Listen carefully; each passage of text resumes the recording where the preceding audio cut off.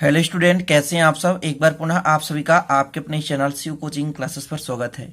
और आज का जो टॉपिक है वो प्रतिरोधों का श्रेणी क्रम संयोजन है। क्वेश्चन पूछा जाता है कि श्रेणी क्रम संयोजन में जुड़े हुए प्रतिरोधों का तुल्य प्रतिरोध ज्ञात कीजिए। ठीक है, तो आप लोग इसे अंत तक देखिए और महत्वपूर्ण क्वेश्चन है और अच्छे से तैयार कर लीजिए। ठीक है, तो सबसे पहले आपको समझना है कि श्रेणी क्रम कहलाता कैसे। जैसे यहाँ पर देखिए R1, R2 और R3 तीन प्रतिरोध जुड़े हुए हैं। तो श्रेणी क्रम कब कहलाता है?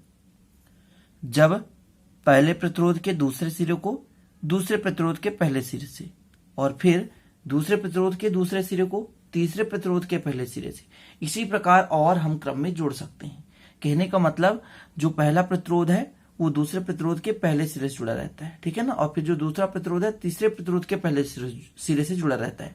और इस क्रम में कई सारे जुड़े रहते हैं। अंत में पहले प्रतिरोध का पहला सिरा और एक आपका अंतिम प्रतिरोध रहेगा। जैसा है कि यहाँ पर R3 प्रतिरोध है, अंतिम प्रतिरोध के दूसरे सिरे को हम विद्युत परिपथ में जोड़ देते हैं। ठीक है, आप समझ गए।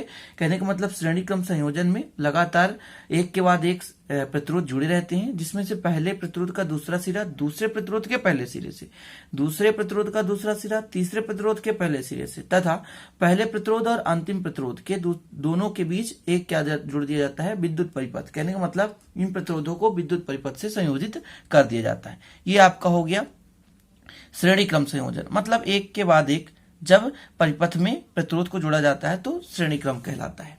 अब इसको माना लिखना है कि माना R1, R2 और R3 श्रेणी क्रम में जुड़े हुए तीन प्रतिरोध हैं। ठीक है, या माना R1, R2 और R3 तीन प्रतिरोधों को श्रेणी क्रम में संयोजित किया गया है, तथा एक बैटरी E, जैसे यहाँ पर एक बैटरी E है, E की सहायता से इनके सिरों, जैसे A और B क्या सिरा है, तो बैटरी E की सहायता से सिरा A और B के बीच विभवांतर लगाया जाता है। इतना आपको माना लिखना है।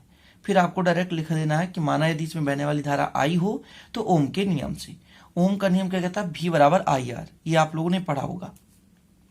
तो क्या लिखना है? माना तीन प्रतिरोध R1, R2 और R3 किस क्रम में जुड़े हुए हैं? श्रेणी क्रम में संयोजित किए गए हैं। तथा माना बैटरी E की सहायता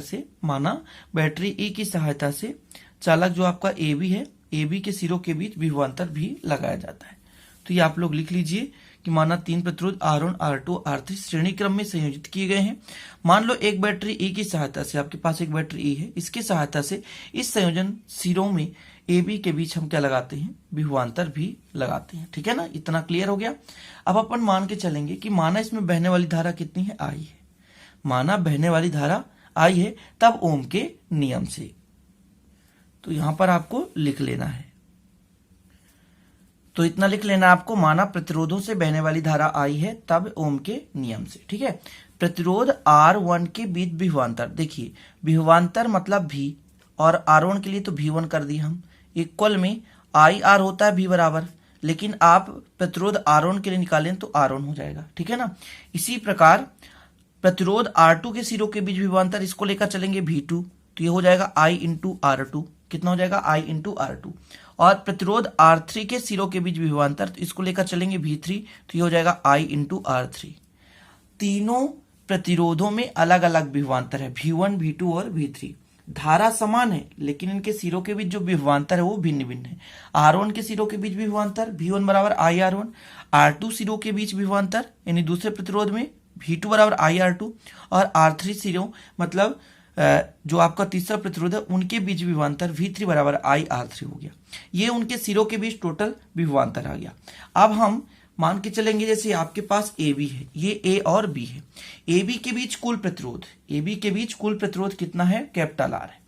AB के बीच कुल प्रतिरोध कितना है? कैपिटल R है। तो कुल जो आपका तुल्य विभवांतर होगा V बराबर IR हो जाएगा। कितना हो जाएगा? V बराबर IR। लेकिन इसके पहले अपन देख लेते हैं कि AB के बीच कुल विभवांतर कितना है। देखिए यहां पर लिखते हैं AB के बीच, A तथा B के बीच